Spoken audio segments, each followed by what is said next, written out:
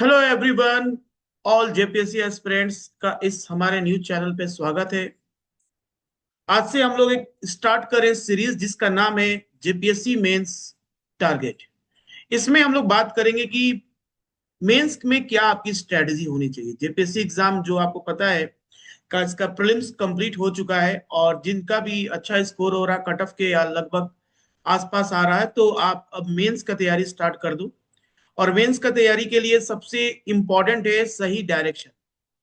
और जैसा कि आज का वीडियो है जेपीएससी मेंस की तैयारी सही डायरेक्शन, और आज हम बात करने जा रहे हैं दो सब्जेक्ट्स पे, एक है ज्योग्राफी और दूसरा है हिस्ट्री। तो ये पेपर 3 कहलाता है, paper 3 in your mains exam. तो पहले तो हम लोग देखेंगे सिलेबस क्या है दोनों सब्जेक्ट्स का। और ये पार्ट 1 है, वीडियो पार्ट 1 है। पार्ट 1 में हम लोग आज हिस्ट्री के बारे में बात करेंगे।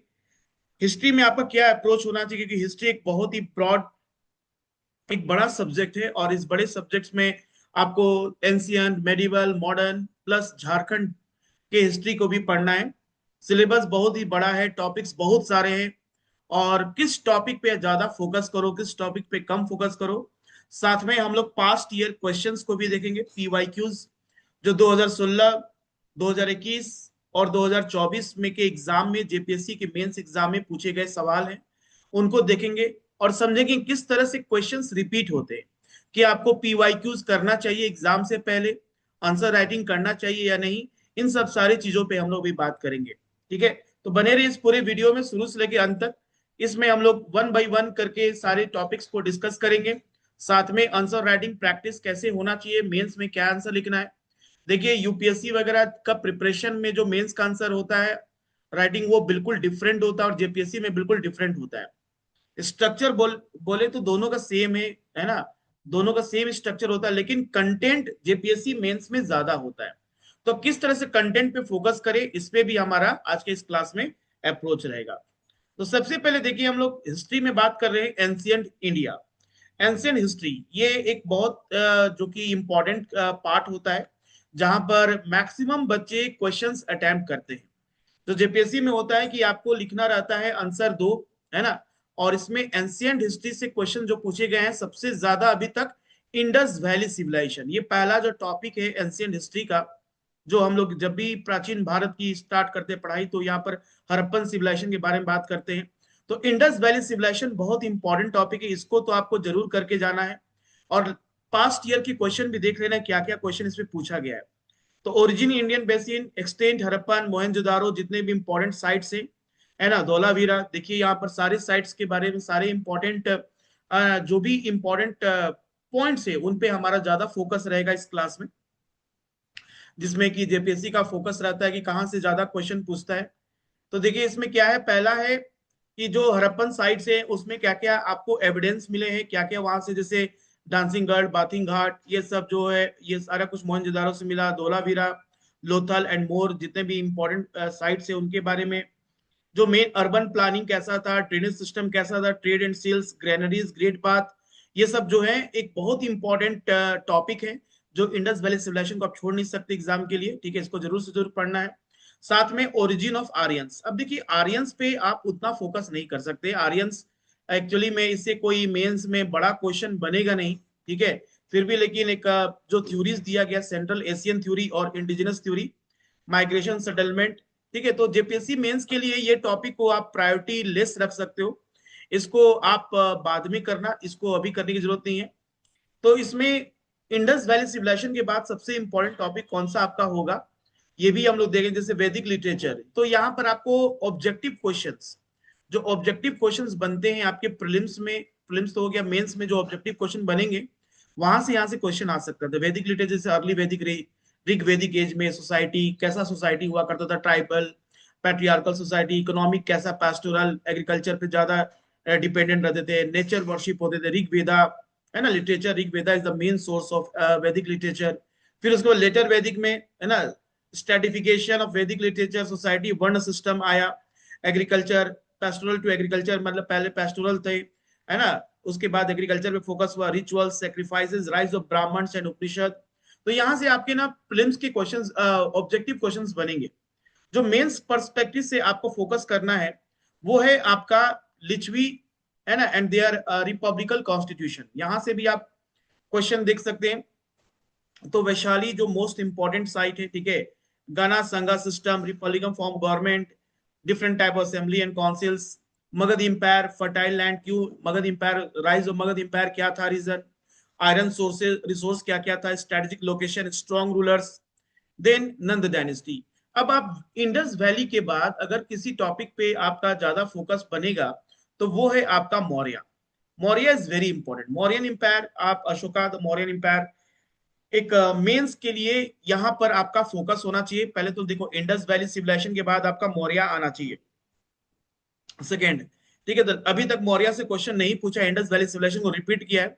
तो अब जो क्वेश्चन पूछ सकता है तो मौर्य से हो सकता है, लार्जेस्ट इंपायर इन इंडिया, है ना। कलिंगा वार के बाद जैसे अशोका धम क्या था, अशोका धम पे डायरेक्ट क्वेश्चन आ सकता है। Peace, non violence, welfare, foreign policy क्या था अशोका का, diplomacy with Hellenistic rulers, art and architecture बहुत इंपॉर्टेंट पिलर्स, क्योंकि मौर्यन इंपायर में हमने देखा था कि बहुत अच्छा एक आर्ट एंड आर्किटेक्चर उस समय का काफी राइज हुआ था, ठीक है। फिर उसके बाद मौर्यन को आप प्रायोरिटी देने के बाद कुशन इंपायर, कुशन में जैसे कनिष्क का आना, है ना। अब यहाँ पर आपको गंगा यमुना, सेंट्रल एशिया से गंगा यमुना में किस तरह से उन्होंने कंट्रोल किया। Pattern of Buddhism, fourth Buddhist council भी इन्होंने करवाया। गंधारा आर्ट, मथुरा आर्ट में क्या डिफरेंस है, ये क्वेश्चन आ सकता है। डेवलपमेंट ऑफ संस्कृत एंड प्राकृतिक लिटरेचर, ठीक है। तो मेरे हिसाब से देखा जाए तो इंडस वैली के बाद मौर्य, मौर्य के बाद जो आप फोकस कर सकते हो वो है आपका गुप्ता। गुप्ता भी काफी इंपॉर्टेंट है। गुप्ता लूरर में, लेटर गुप्ता में आपको पूरा पढ़ना है इसमें, क्योंकि नॉर्थ इंडिया में जो गुप्ता इंपायर था, north Indian parts of central India, language literature like Sanskrit florist, Kalidas एक इंपॉर्टेंट, विशाखा दत्त ने बहुत इंपॉर्टेंट लिटरेचर लिखा है। गुप्ता ही के टाइम में आर्ट एंड आर्किटेक्चर काफी ज्यादा इमर्ज हुआ है, temples, sculptures, Ajanta paintings, science and learning like Aryabhatta, प्रमीरा, फ्लोरिस्ट, ये सब एरिया है जो कि आप देखिए कोई भी आप इंपायर के बारे में पढ़ रहे हो तो वहां पर आपको आर्ट एंड आर्किटेक्चर, उस समय का जो इवोल्यूशन हुआ था, जो नई चीजें आई थी, उस पर आपको ज्यादा फोकस करना है। फिर हर्षवर्धन जो है, कैपिटल कन्नौज और बुद्धिज्म एंड हिंदुज्म, ये है, ठीक है। चोला इंपायर, चोला इंपायर को आप फोकस कर सकते हो एग्जाम के लिए, क्योंकि चोला इंपायर से अभी क्वेश्चन पूछा नहीं है, लेकिन चोला का कह सकते हैं कि एक इम्पॉर्टेंट कंट्रीब्यूशन रहा एंशियंट हिस्ट्री में, okay, because of Chola empire का जो इनका जो administration, the strong local self governance village, trade and conquest south east Asian countries, Shri Vijaya, art and architecture, Brihadeshwara temple, bronze sculptures काफी ज्यादा था। तो इंडस वैली सिविलाइजेशन, मौर्य, फिर गुप्ता, फिर Chola. Central achievement of the Pallava, Pallava पे क्वेश्चन आ चुका है प्रीवियस ईयर में, तो ये भी एक प्रायोरिटी आपका हो सकता था। यानी कि एंशियंट हिस्ट्री में अगर आप एक क्वेश्चन अटेम्प्ट करना है तो आपको सबसे पहले टारगेट रखना है इंडस वैली सिविलाइजेशन, फिर आपको मौर्य, ठीक है, मौर्य पे फोकस करना, फिर आपको गुप्ता, गुप्ता के बाद आपका आता है पल्लवस, क्योंकि पल्लवस पहले भी क्वेश्चन पूछा हुआ है और जेपीएससी में देखा जा रहा है कि वो पीवाईक्यूज के क्वेश्चन को रिपीट करता है। अभी हम लोग कुछ क्वेश्चंस को देखेंगे प्रीवियस ईयर्स के, तो उससे बहुत अच्छा क्लियर हो जाएगा कि किस तरह से इस तरह का क्वेश्चंस रिपीट होता है। पल्लवा से क्वेश्चन आया हुआ तो आप इसको फोकस कर सकते हो, ठीक है।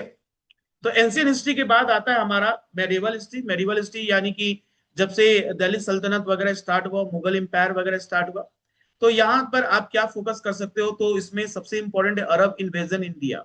तो कैसे अरब इंडिया में आकर यहाँ के रूलर्स को हराकर कैसे इन्होंने अपना एम्पायर को सेटल किया, है ना। मुस्लिम रूल कैसे स्टार्ट होता है मेडिवल इंडिया में, वो इंपॉर्टेंट है। Mohammad bin Qasim invaded Sindh, defeat Raja Dahir, okay, first foothold of Arabs in India. फिर गजनवी का होता है, मोहम्मद गजनवी आते हैं, है ना, plunder of well, Somnath temple को लुटते हैं, 17 इन्वेजन इन्होंने किया, और नो टेरिटरी, इन्होंने कोई टेरिटोरियल एक्सपेंशन नहीं किया। उसके बाद आता है दिल्ली सल्तनत, बहुत इंपॉर्टेंट। अब देखो दिल्ली सल्तनत से क्वेश्चन क्या आता है, तो इसमें अलाउद्दीन खिलजी के बारे में पूछा हुआ है, market and military reform Alauddin Khilji, जो कि एग्जाम में पूछ चुका है। और ये पूछा हुआ है मोहम्मद बिन तुगलक का जो यूटोपियन पॉलिसीज था, टोकन करेंसी, जिन्होंने इन्होंने ऐसे ऐसे कुछ पॉलिसीज लाए थे जिसके बारे में काफी उसको क्रिटिसाइज किया गया बाद में। Capital shift to Daulatabad, Doab tax, unsuccessful experiment but visionary ruler, Mohammad bin Tughlaq थे। तो यहाँ पर आप फोकस कर सकते हो अलाउद्दीन खिलजी का मार्केट एंड मिलिट्री रिफॉर्म्स, ये बहुत इंपॉर्टेंट है। अगर मेडिवल हिस्ट्री में अगर फोकस करना तो ये एरिया है, अलाउद्दीन खिलजी और मोहम्मद बिन तुगलक का जो पॉलिसीज था उस पर आप फोकस करो। दूसरा है मंगोल इन्वेजन। मंगोल इन्वेजन के बाद आपका आता है जैसे कि यहाँ पर आ जाएगा मुगल्स, है ना। मुगल्स का जो जिस तरह का मुगल्स ने इंडिया में अपना एक आर्किटेक्चर, पेंटिंग्स, ये सब पे काफी फोकस किया। तो यहाँ पर आपको इल्तुतमिश अलाउद्दीन खिलजी के बाद आता है रिलीजियस मूवमेंट। हाँ, तो इस वाले एरिया में भी भक्ति मूवमेंट और सूफीज में भी आप मेंस के लिए प्रिपेयर कर सकते हो। ये दोनों एरिया, इन दोनों एरिया में भक्ति सूफीज मूवमेंट को भी आपको एक प्रायोरिटी रखना है। तो मेडिवल हिस्ट्री में, मेडिवल इंडिया में आपका फोकस किस एरिया में होना चाहिए? तो फोकस आपका होना चाहिए दिल्ली सल्तनत का जो अलाउद्दीन खिलजी, मोहम्मद बिन तुगलक, भक्ति, ओके, भक्ति मूवमेंट, भक्ति एंड सूफीज पे आपका एक प्रॉपर नोट्स होना चाहिए, जो नोट्स हम आपके साथ शेयर करेंगे बहुत जल्द ही, है ना। और टॉपिक्स को, हिस्ट्री वाले टॉपिक्स को कवर करेंगे। फिर उसके बाद आता है मुगल्स, है ना। तो मुगल्स में आपका सबसे इंपॉर्टेंट रोल क्या रहा है? तो इसमें आपको देखना है कि किस तरह से battle of Panipat, battle of Panipat पे क्वेश्चन एक पूरा बन सकता है सिर्फ बैटल ऑफ पानीपत पे। तो 3 बैटल्स ऑफ पानीपत है, तो उसमें कौन कौन सा कब हुआ, ये सारा चीज आपको देखना है। इसमें शेर शाह सूरी का एडमिनिस्ट्रेशन बहुत इंपॉर्टेंट है। एक good administration, road construction, grand trunk road जो है, सराई, पेस्टोरल सिस्टम, लैंड रेवेन्यूज, तो शेर शाह सूरी एक इंपॉर्टेंट एरिया है।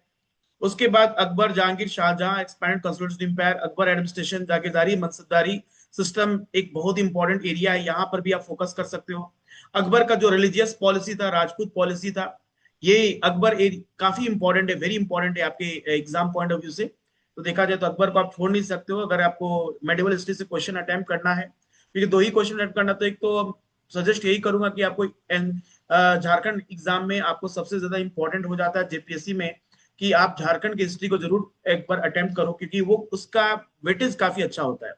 तो या तो एंशियंट, मेडिवल, मॉडर्न, इन तीनों में से एक ही क्वेश्चन आप अटेम्प्ट करोगे और एक क्वेश्चन आप करोगे झारखंड से। तो एंशियंट में जैसे मैंने बता दिया कि 4 इंपॉर्टेंट टॉपिक, और इसमें मैंने बता दिया अकबर का पॉलिसीज, है ना। उसके बाद दिल्ली सल्तनत, दिल्ली सल्तनत, उसके बाद इसमें ज्यादा कुछ इंपॉर्टेंट है नहीं, है ना। मराठा का एम्पायर को आप छोड़ सकते हो, वैसा रिस्क नहीं लेना है, लेकिन आपको मराठा को थर्ड चॉइस रखना। पहला है आपका दिल्ली सल्तनत, दूसरा है आपका अकबर एडमिनिस्ट्रेशन पूरा। उसके बाद इसमें थोड़ा बहुत आर्ट एंड आर्किटेक्चर है मुगल का, वो भी देख लेना था, सारे जो इंपॉर्टेंट बने हुए हैं। डाउनफॉल ऑफ मराठास का डाउनफॉल होने के कारण क्या था, ये सब देख लेना, ठीक है। उसके बाद आता है मॉडर्न इंडिया। तो मॉडर्न इंडिया जो कि एक काफी इंपॉर्टेंट टॉपिक बन जाता है एग्जाम के लिए, क्योंकि मॉडर्न इंडिया ज्यादातर बच्चे अच्छे से इंटरेस्ट से पढ़ते हैं, क्योंकि इसमें आपको पॉलिटी का कुछ ओवरलैप हो जाता है, कुछ आपको, है ना, हर जगह पे कहीं ना कहीं मॉडर्न इंडिया का रेफरेंस मिल जाता है। तो किस तरह से यहाँ पर यूरोपियन सेटलमेंट स्टार्ट हुआ 1604 में, एक्चुअली देखा जाए तो 1498 से ही पोर्चुगीज आ चुके थे भारत में, वास्को डे गामा आ चुके थे उन्होंने। फिर उसके बाद जो ब्रिटिश ईस्ट इंडिया कंपनी है 1604 में आया। उसके बाद कैसे उसने पावर को कंसोलिडेट किया, तो इसमें सबसे इंपॉर्टेंट बैटल है बैटल ऑफ पलासी और बैटल ऑफ बक्सर। तो 1764 में आया बैटल ऑफ बक्सर। इसी के बाद ईस्ट इंडिया कंपनी को दीवानी राइट्स मिलता है, जिसके बाद, है ना, different rules government, British government बनाना शुरू कर दिया। रेगुलेटिंग एक्ट 1773 से लेकर 1947 तक का जो ब्रिटिश गवर्नमेंट का रिफॉर्म है, जिस तरह से उन्होंने कंसोलिडेट किया अपने पावर को, एक्सपेंशन, कंट्रोल। फिर देखो यहाँ पर एग्जाम में कई बार क्वेश्चन पूछ चुका है मॉडर्न इंडिया से, रिवॉल्ट 1857 से। तो रिवॉल्ट ऑफ 1857 एक बहुत इंपॉर्टेंट है, इसको आप जरूर से करके जाना। Revolt, first war of independence, very important है यहाँ पर, ठीक है। Battle of Buxar and battle of Plassey दोनों ही इंपॉर्टेंट है। ये बताता है, पूछ सकता है कि how this two war means help in expansion of British control in India. तो यहाँ पर subsidiary alliance, doctrine of lapse, Dalhousie का, वेलेस्ली का, doctrine of estate, lapse, hires and misuse, control over Mysore, Tipu Sultan, है ना, एंग्लो मैसूर वॉर जो हुआ, वो सारी चीजों को आपको देख लेना। एक क्वेश्चन पूरी तरह से बन सकता है यहाँ पर, है ना। तो रिवॉल्ट 1857 पे काफी बार क्वेश्चन पूछा हुआ है, क्योंकि इसका आप कहीं ना कहीं जब झारखंड हिस्ट्री पढ़ोगे तो वहां से भी इसका लिंक मिल जाएगा। Social reform movement, Hindu community, है ना, क्या क्या सोशल रिफॉर्म मूवमेंट, वाहवाही मूवमेंट, है ना, आर्य समाज, रामकृष्ण मिशन, ब्रह्म समाज, रामकृष्ण मिशन, ये सब आपको ऑब्जेक्टिव क्वेश्चंस के लिए इंपॉर्टेंट है। ये इंपॉर्टेंट है आपका Mahatma Gandhi and mass politics, तो यहां से क्वेश्चन आ सकता है। एक ये इंपॉर्टेंट एरिया है जिसपे आप फोकस कर सकते हो। और struggle for rising women status like abolition of Sati system, window marriage act, consent act, है ना, स्टेज ऑफ फीमेल एजुकेशन, ये सारे बिल्स को भी आप इंपॉर्टेंट एरियाज में रख सकते हो, ठीक है। तो इसमें है कि आप सिलेबस तो बहुत बड़ा है, तो सारे सिलेबस को एक साथ मेंस के लिए प्रिपेयर करना इज नॉट पॉसिबल। फिर सबसे इंपॉर्टेंट एरिया आता है झारखंड। झारखंड मेरा सजेशन ये रहेगा कि झारखंड के क्वेश्चन आपको नहीं छोड़ना है। मेंस के आंसर में आप जरूर झारखंड के क्वेश्चन को अटेम्प्ट करो। अगर आप सोचोगे कि एंशियंट हम कर लेते हैं और मॉडर्न कर लेते हैं, 2 क्वेश्चन हमारा हो जाएगा, तो ठीक है, लेकिन वेटेज है ना वो बहुत कम मिलेगा। तो यहाँ पर वेटेज सबसे सबसे अच्छा मिलता है जब आप एंशियंट प्लस झारखंड, याद रहे एंशियंट हिस्ट्री प्लस झारखंड के क्वेश्चन का कॉम्बिनेशन अगर आप बना के सॉल्व करते हो तो आपका देखना मार्क्स सच में काफी अच्छा रहेगा। आप जितना अच्छा से आंसर लिखोगे आपको पूरा फुल मार्क्स मिलेगा। तो अभी तक झारखंड का जो हिस्ट्री है उसमें सबसे ज्यादा क्वेश्चन बिरसा मुंडा से पूछा हुआ है ना, जिसमें बिरसा मुंडा से कंटिन्यू क्वेश्चन पूछा जा रहा है।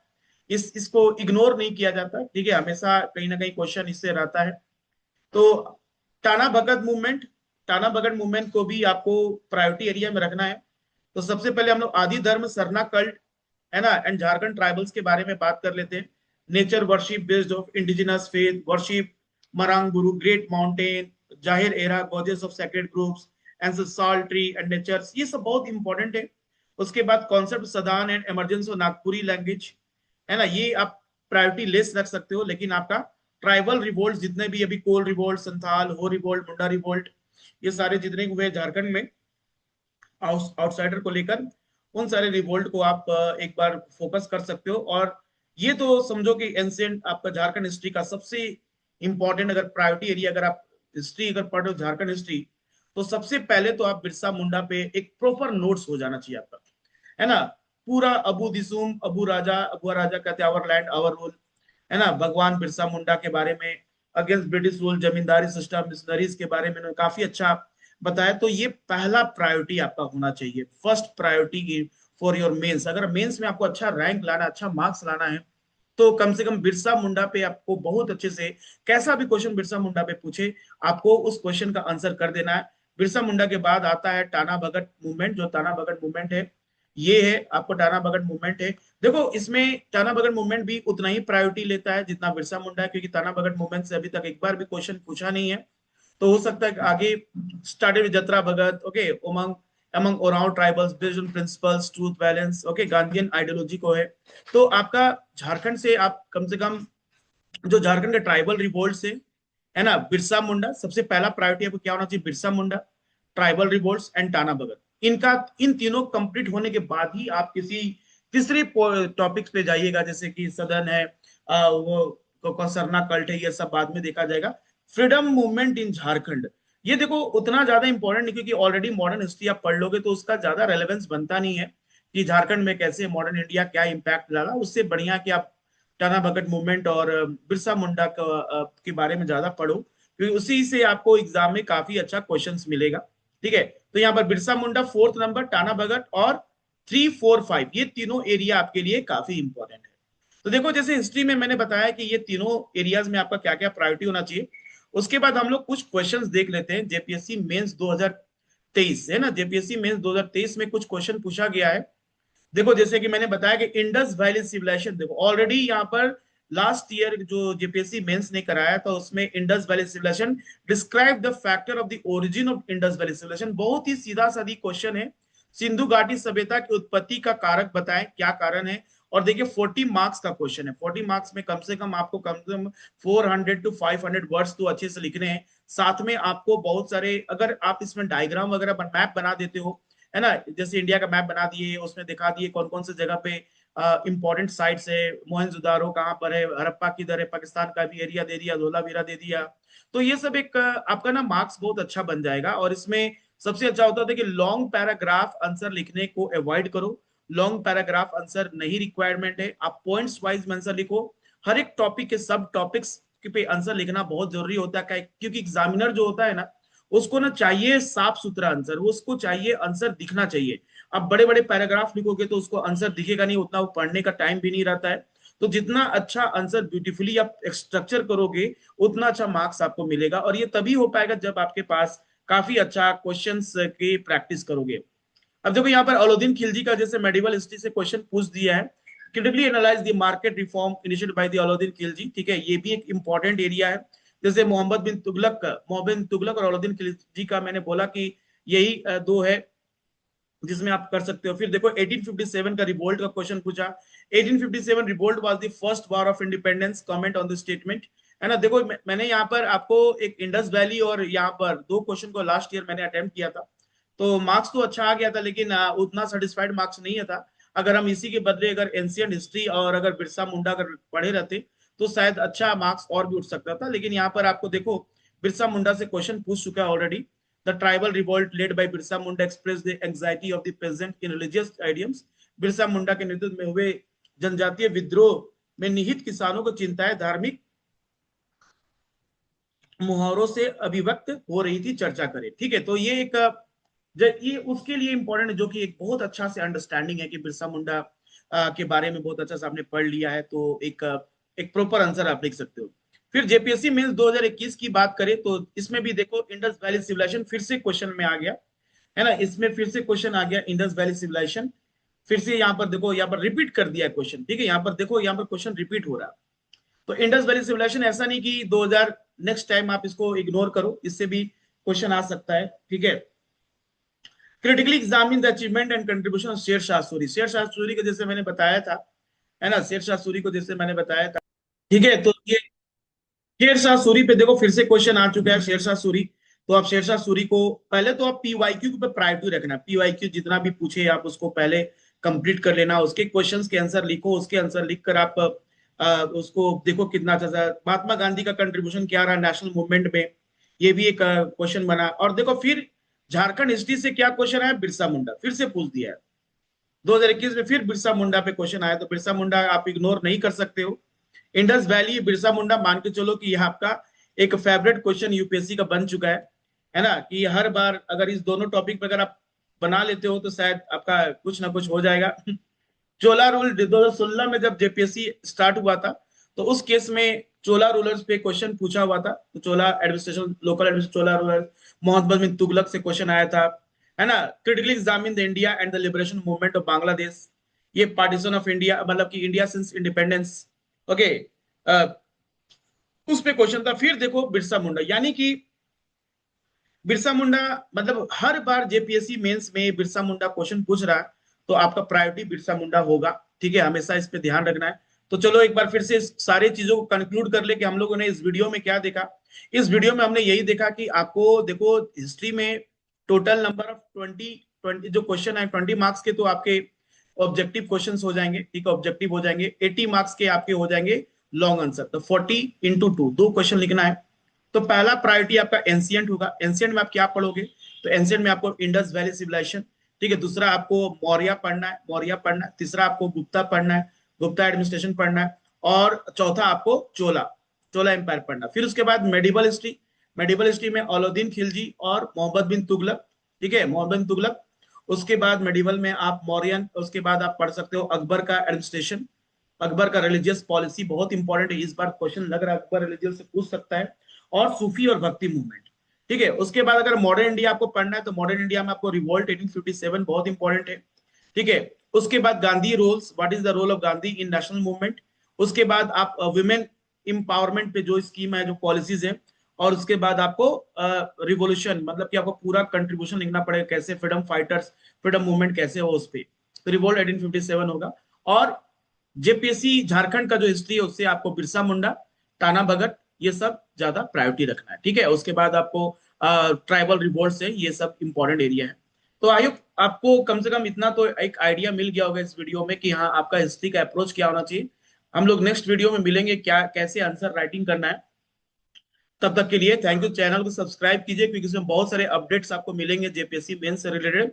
और साथ में हम अपना एक्सपीरियंस भी शेयर करेंगे, किस तरह से मैंने 3 बार जेपीएससी मेंस लिखा है, तो क्या क्या मेरी गलतियां हैं, कैसे मैंने क्या क्या मिस्टेक्स हुए, उन सबको आपके साथ शेयर करूंगा, जिससे कि आपका ये एग्जाम क्लियर हो जाए और आपका जो ड्रीम जॉब है डीएसपी बनना, एसडीएम बनना, वो आपको मिल जाए। ठीक है, थैंक यू एवरीवन।